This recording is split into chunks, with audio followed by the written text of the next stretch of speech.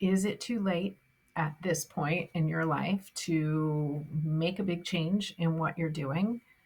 What if there's that little feeling in your gut or in the back of your mind that you always wish you could blank? That's what we're talking about today. It's not too late. Welcome to Mind Your Midlife, your go-to resource for confidence and success, one thought at a time. Unlike most advice out there, we believe that simply telling you to believe in yourself or change your habits isn't enough to wake up excited about life or feel truly confident in your body. Each week, you'll gain actionable strategies and, oh my goodness, powerful insights to stop feeling stuck and start loving your midlife. This is the Mind Your Midlife podcast. I am a fan of wine, and you might or may not be. That's okay. This episode isn't really going to be about wine, but a little bit. I am, in particular, a fan of white wine, and not particularly dry white wine, more sweet, also bubbly, also rosé. I never drink red. I don't know, it gives me a headache, and I just don't really have a taste for it. I don't find it enjoyable. And we all feel differently about this, but on today's Changemaker episode, my guest, Kristi Mayfield, is going to be a fun person to talk to.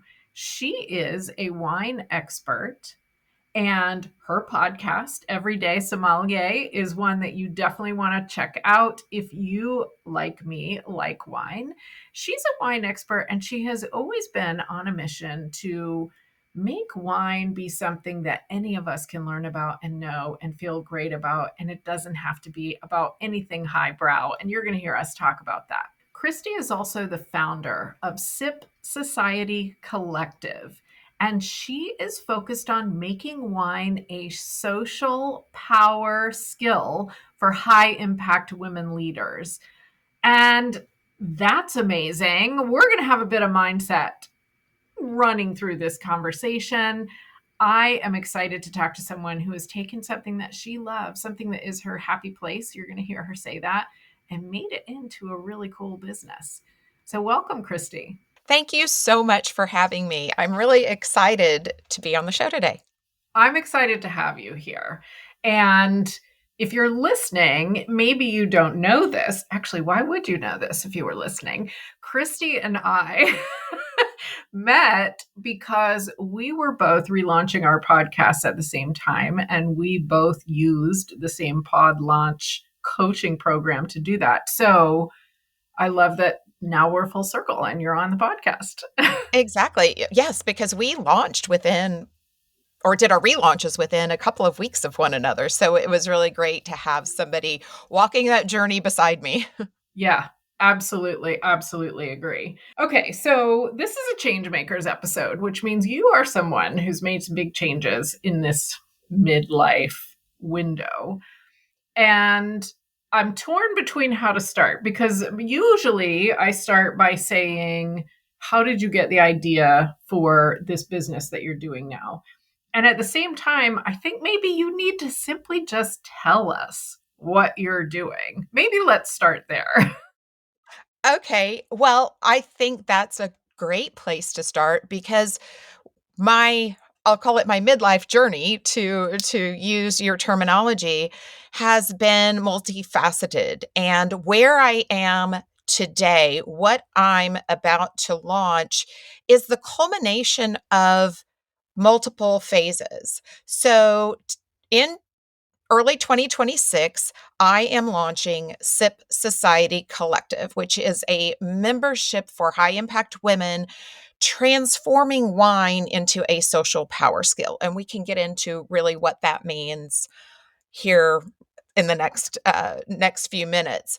But getting to this point, it was flipping my business model upside down over the last few months. We'll talk about my corporate career. We'll talk about my midlife transition into wine and how I got there. But I have had a wine education course online under a different brand for several years. I was going to rebrand and relaunch that about midsummer.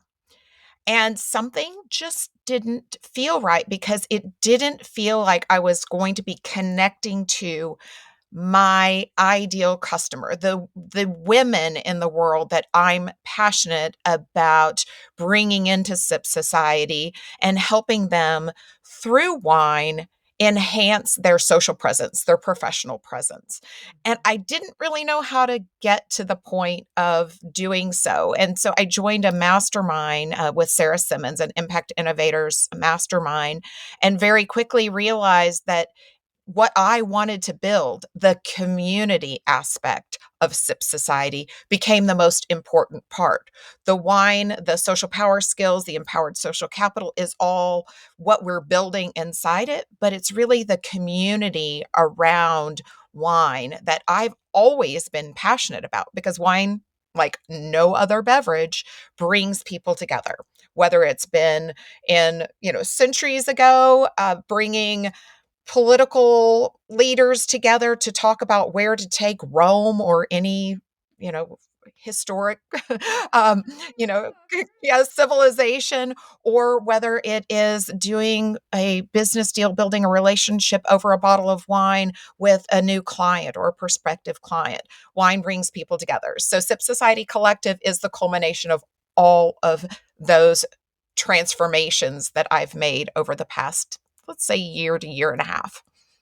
So, is it fair to say that this idea came out of trusting your gut a little bit, that what you were doing wasn't quite what you wanted to be doing? Was it like an intuition type of thing? Yes, because I've always, with WineWise, which is my parent company, I have stood on three principles. One, building a community of like minded wine lovers who, no judgment allowed, no pretension allowed, but truly bond over wine. Two, supporting business professionals, service industry professionals, as well as women in finding how to really understand wine in a whole new way. And then third, supporting the wine industry, the people who work so hard day in, day out, year in, year out to put that beautiful liquid into that bottle that we as consumers get to enjoy. So the farmers, the winemakers, and everyone in between. So those are my three pillars and always have been, but I wasn't sure how to execute on pillar number one. Yeah, I hear that. I hear that. And I always appreciated your angle. This, I guess you said non-judgmental, like not, I'm going to say not snooty, because sometimes wine gets very snooty and I don't really have any interest in that. I just want to know how to find what I like and then enjoy it, And I appreciate always your angle on that for sure. Yes, and while I have myself loved seeing wine coming into the spotlight with Netflix shows like Somm and all of the getting to see the inside of how difficult the industry really is to get to those highest levels, master sommelier or master of wine. Those individuals are the elite of the elite. But what I want everyday wine consumers to know is you don't have to be at that level. You don't have to be a sommelier to have your own wine journey. And if Two Buck Chuck is your favorite wine, go with it.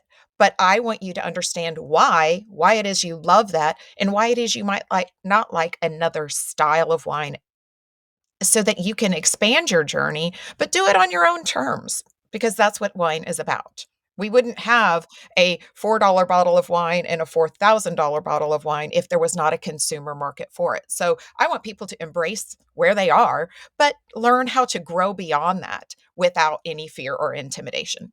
Love it. Love it. I have always loved that. And goodness, if more businesses operated from that kind of perspective, I think that would be even better. I love it.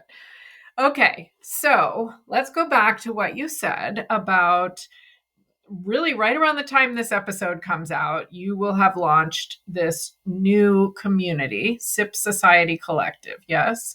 Correct. So you revamped in the second half of 2025 and Tell me more about what you mean by using wine in this community for women to help them grow their businesses. So, for example, let me go back to early experiences in my business career around wine. So, I would be the one at the with the credit card at the dinner table. I would be the host, and I was hosting in my former career. I was in defense sales. So I was hosting industry leaders, military leaders, governmental leaders to to share our platform. But as the host, when you have the credit card, you receive the wine list. And most of my business dealings were in Europe, where you they grow up around wine. It's at every dinner table. It's part of their culture. Very different than how we have treated wine here in the US culture. And so, being the only one at the table that did not have that cultural background, I knew enough to be confused, but not enough to intelligently select wine uh, from the wine list. So my go-to was often early on to hand that wine list to someone else at the table and try to make it look like wanted to transfer that experience to them in a way that I was honoring their knowledge. At the end of the day, it started to just eat me up because I knew I had wasted an opportunity to build a relationship around that wine list by having better conversations, asking questions, and using that conversation, that relationship building conversation, maybe to select something built upon the communication at the table rather than transferring that opportunity to someone else. So I want that to be a confidence element that members of SIP society have, where even if you don't know anything on the wine list, you can transfer that into a fantastic relationship building element rather than passing the power play off to someone else or walking into a room of 200 people at a networking event and you have one person that you have wanted to approach for years, but you've never gained the confidence to do that because you didn't know how to engage to start that conversation. So, with social power skills, you now have the opportunity, what we teach, to easily, with grace, with confidence, engage in that conversation, not about business, not about that person's title, not about what you would love to get from that relationship, but real relationship building skills. So, those are the types of things that we teach, not just here's some wine information that's nice to know, but here's wine information and here's what you can do with it, whether it's in a professional setting, a social setting, you're having some people over for dinner and you want to leverage this new skill, or you are involved in philanthropies and fundraising, and this can become part of that network as well. So, those are just examples of what we're building. That's a great example. And in particular, the networking example really speaks to me and I think will speak to a lot of people Mhm. because whether it's networking or whether it's for a volunteer organization or who knows what, we're always walking into these rooms where we don't know, well, not always, but walking into these rooms where we don't know people. And unless you're really on the far extrovert end, it can be hard to strike up a conversation.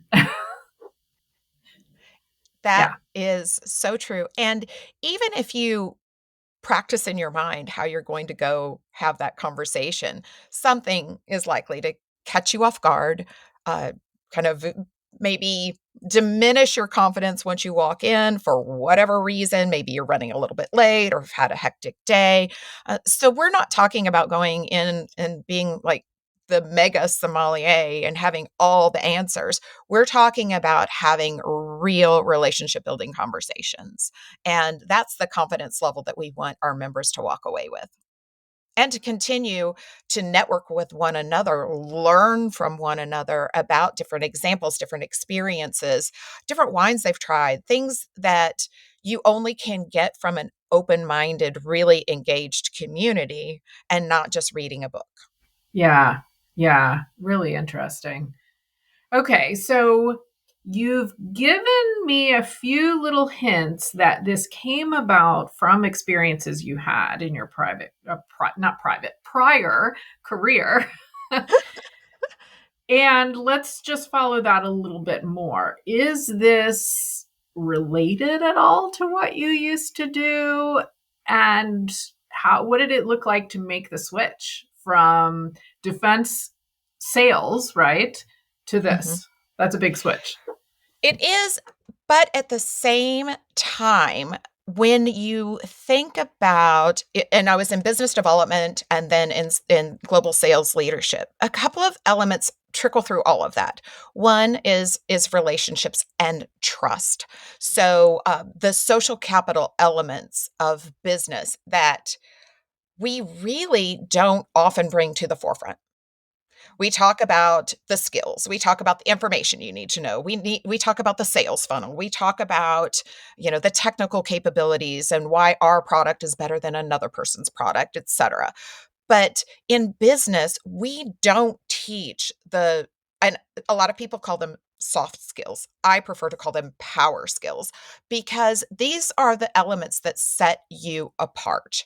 These are the elements that get you indoors nobody else could get into. So I remember times when I would have a side conversation with a customer, regardless of whether that was military, industry, or political customer.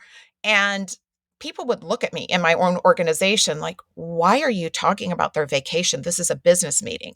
But what they didn't realize is that I had a completely different level of trust built based upon those conversations, based upon those relationships that other people didn't see as valuable as I did. So that always set me apart. And my customers would call me in trusting, sometimes very confidential discussions around what we were trying to achieve together because they knew we had that foundational trust, that foundational relationship. In addition to that, it was something I always tried to instill in my team is that, yes, I might be the global sales leader, but you and I need to build a relationship outside that so we trust one another. I trust you because you're in your position to go do the best you can do in your job. And I want you to trust me that I'm going to do the things that I need to do in my role to support you. And I think we forget about those elements sometimes. And then the cultural aspects, I've always worked globally or internationally, and wine is one of those cultural elements, as I talked about earlier. And just embracing when you're in Italy, Italian wine, and how that's embedded into culture, and how you can infuse that not just into personal relationships, but into business relationships, regardless of where you are traveling. So I think from a perspective of the cultural aspects, the trust and relationship building aspects, they are similar, just dramatically different products from, fighter jets and cargo jets to, wine skills. But I I know that there are links that we can all leverage, and that's what I want to build upon. And so how did it happen when you left that career? What was the catalyst, or how did it happen that you left that and you said, I'm starting something new?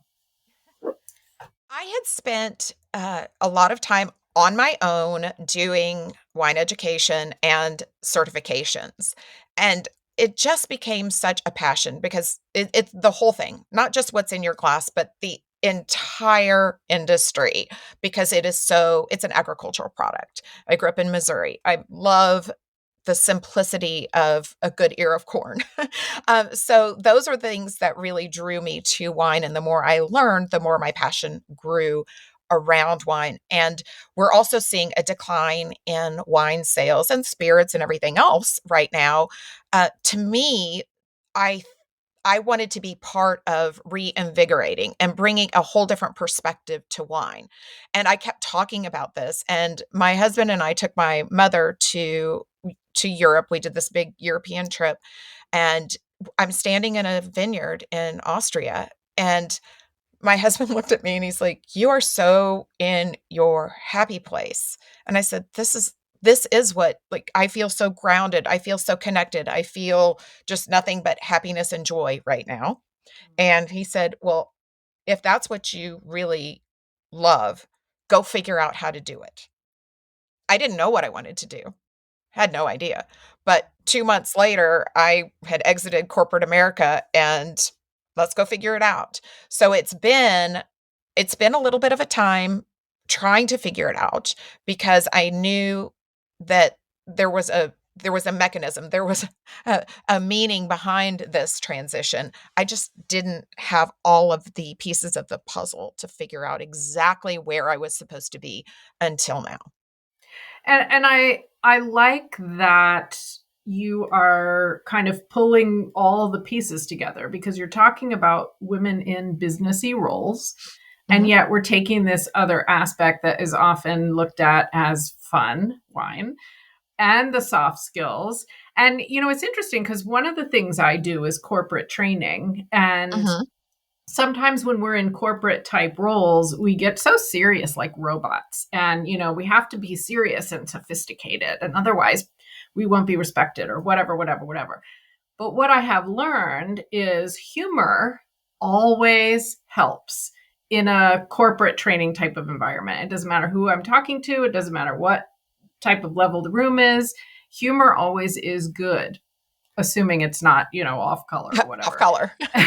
And that's a soft skill too that you're talking about. And you're right, we don't know those things, or we don't get taught those things until maybe some boss that happened to be quite sophisticated and emotionally intelligent maybe told us one time, but otherwise it's not taught.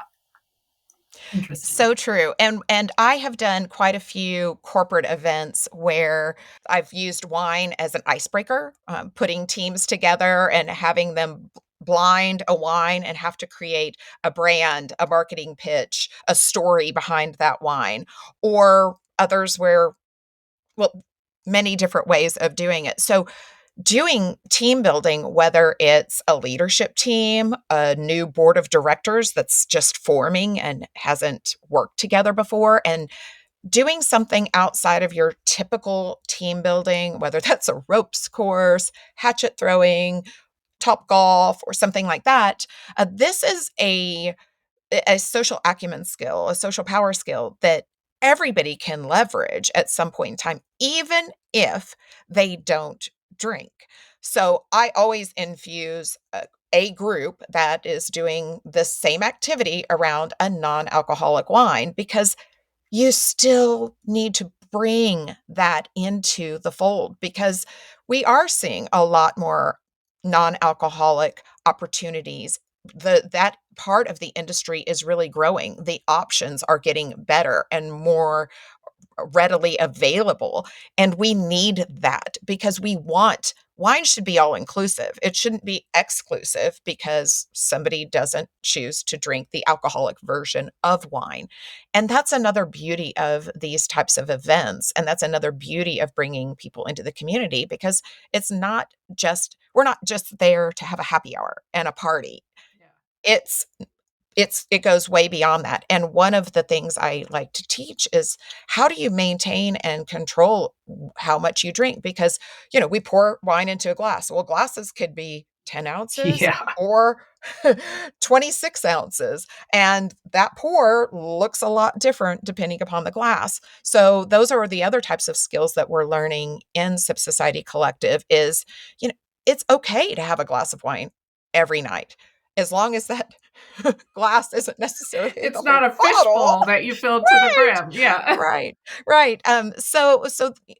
Embracing that element of what's going on more broadly in our society is hugely important within SIP society, Yeah, I that like that. inclusiveness aspect.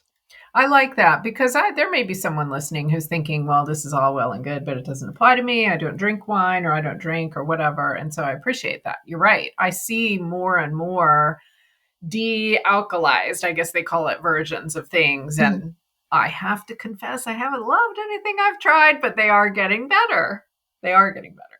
Yes, it's embracing something different, and I'm convinced that we're going to get a lot more good things on the market. And there's always a time and place for it, particularly on a Sunday. If I want mimosas with a little brunch with friends, I'm going to pick a non-alcoholic sparkling wine because I can have that beautiful mimosa experience without the alcohol and continue the rest of my day, but still have that celebratory relationship with my girlfriends over that Yeah. bottle of wine.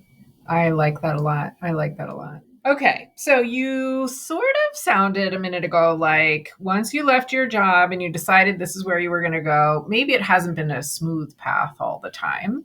Maybe it took you a while to figure out what you were going to do. So, what have been some of the worries or some of the sort of lessons learned that you've had to deal with? I think one of the lessons learned, and this is a big one, and I applaud anyone who branches out into the role of an entrepreneur. Everyone looks at it like oh, it's so exciting. You own your own business. Oh, isn't that liberating? Well, let me just tell you, there are a lot of things in the world of entrepreneurship that are not glamorous. And until you figure out how to construct the systems, identify exactly where your unique niche is in the Yes. world, you can Yes. do a lot of spinning and you can look just like everybody else out there. And so for me, one of the aha moments is many times I felt like, okay, now's the time to launch. Okay, let me get something out there. Let me go do this. But when I sat back and listened to that inner voice saying, not yet. It's not right. It's not you. It's not your unique gift that you're bringing to the world yet. That was sometimes my ego didn't like that. In fact, I can definitely tell you my ego didn't like that. And then learning to hand things off, finding people to support you. You don't have to hire a full team. I mean, I have a bookkeeper who's not in the US. I have somebody helping me build the things that we're going to be, or like the platform that Sip Society will be housed on, that I've met online, who's providing me a tremendous service. So there's so many different ways to do it, but it's taken me time to say, you don't have to do it all yourself. You shouldn't have to do it all yourself. Stop trying to be excellent and a perfectionist at everything and find your tribe. Giving up on that perfectionism is also something that's been really, really difficult because I'm kind of that type AAA plus, and I know that that can be a gift, but it can also be a curse. So that has been another part of the journey that's been really eye-opening, and I've really thrived on spending time doing personal development in a way that, going back to, like, power skills, we we spend a lot of time in corporate America doing what we call professional development, but it's nothing like what I have learned since launching on this journey on my own. And I devour books now on kind of business professional development, entrepreneurship, et cetera. And it's transformed the way I think about where I am in the world today. Now, there's times when I've spent so much time on the back end that I'm not actively out front selling or bringing in any income. I'm very fortunate that in my past career, I was able to, at least have a bank account that I can leverage to do this growth, but it is not easy to be an entrepreneur. So I would encourage anybody listening, um, do it, but do it with your eyes wide open and spend as much time on professional, like your own personal growth and development as you can, because it is going to pay off in the long run. Yes, and that is why I'm nodding like a bobblehead because that is the thing, in my opinion, that makes a difference between success and failure of whatever thing we're trying to do. And the funny part is, similar to you, I sort of come half from a business background and half from an education background, but I Right. poo-pooed the personal development stuff for a long time until my first entrepreneurial venture a number of years back, when I was like, wait, I'm supposed to make a big goal and then I'm supposed to be excited about it all the time. And like, what? Like, I had no idea how any of the stuff that is related to mindset and vision and being your own boss and all of that. So yes, there's a lot of resources out there and it makes a big difference. Right. And some of it coming out of corporate America seems kind of hokey, like a little hocus pocus, like, is this real? Or do people actually do this? But when you really embrace the fact that if you are not investing in yourself, why would somebody invest in you? Boom. Yeah, exactly right. Exactly right. And I know I'm not there yet. So every day on my dog walk, there's either a podcast or an audiobook ringing in my ears. Every morning, I try to hide from the dogs and get my quiet time where I can do that self development. Doesn't always work. There's usually a herd of furry creatures around me begging for my attention. But I'm like, no, this is mom's time. Yeah, Leave me alone. And we have to be selfish and we have to find that because it's a gift you have to give yourself. I agree. I agree. Fantastic points for sure. Now, let's flip it from lessons learned and tell me, what is your favorite part, or multiple maybe favorite parts, about your business now? One, it's the women that I'm meeting who share this passion around bonding over something that most people don't talk about bonding over, but finding that common thread and just building these new relationships. I have met some of the most amazing people through this journey, and I'm so excited for those I have not yet met. That's the most exciting. The other most exciting is just seeing how, while it's been a lot longer of a journey than I ever anticipated, and just having the confidence and patience in myself to play it out and let it play out has been really eye-opening and exciting to me because I'm so excited and enthusiastic about what we're doing, and I cannot wait to get into that next phase of building upon what the platform is and really bringing together just an amazing network of women I have not yet met. So those are things that I never really envisioned. I'm a natural networker. I love going, "Oh, wait a second. What'd you just say? Okay. You need to meet this person, and then you need to meet this person." And that's always been something I've loved doing. And now to be able to bring to the world a platform that will allow that to happen in spades, very organically, very naturally over wine, it makes me smile. And yeah, so that's my happy spot now. I love that you kind of allowed this to happen and you had some ups and downs. It took you maybe longer than you thought, but you clearly have found something that puts everything together the way that you wanted to. And so I applaud that for sure. I'm mid journey on that, so I'm watching you. I appreciate that. But it is funny when you do find that piece of going, "Okay, we're here. I know." Mhm. Now, granted, there's a lot of work to do behind the scenes. Don't get me wrong. I Right. mean, it's still a day and night building process, but just knowing where the vision's led is really exciting Yeah, for sure. and satisfying. So, for anyone listening, if you don't feel like where you are today is where you want to be in a year, just keep turning stones because you're probably closer than you think you are.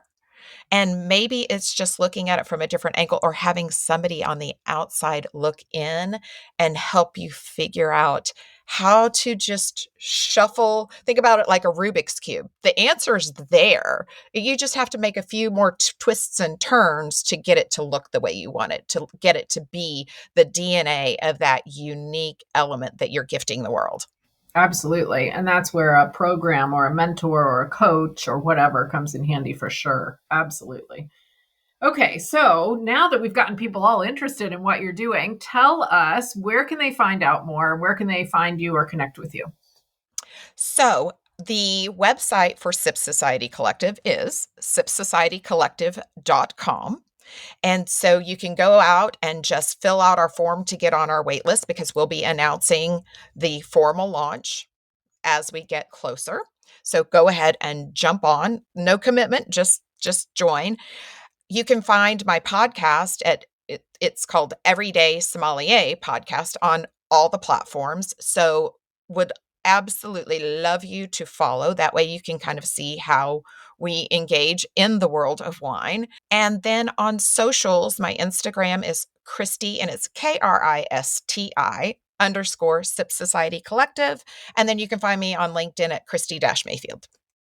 Great. I'll put all that in the show notes so that it's easy to click as well. Perfect. Thank you for Yes, that. if you're driving, don't write all that down. No. Click the show notes. Okay, and let's just follow that, because what I always ask at the end of an episode, because I do think people listen while they're driving or walking the dog or doing the dishes or the laundry. We can't remember everything. It's not like we're sitting here taking notes. So what do you say is the one just most important thing that you want somebody to remember from this discussion? One, if you are feeling unsettled and there's something stirring in you, take time to explore it. No matter what. You never want to wake up a year from now and say, I wish I would have. So take the leap of faith, even if you don't dive in immediately, start exploring. 2, invest in yourself.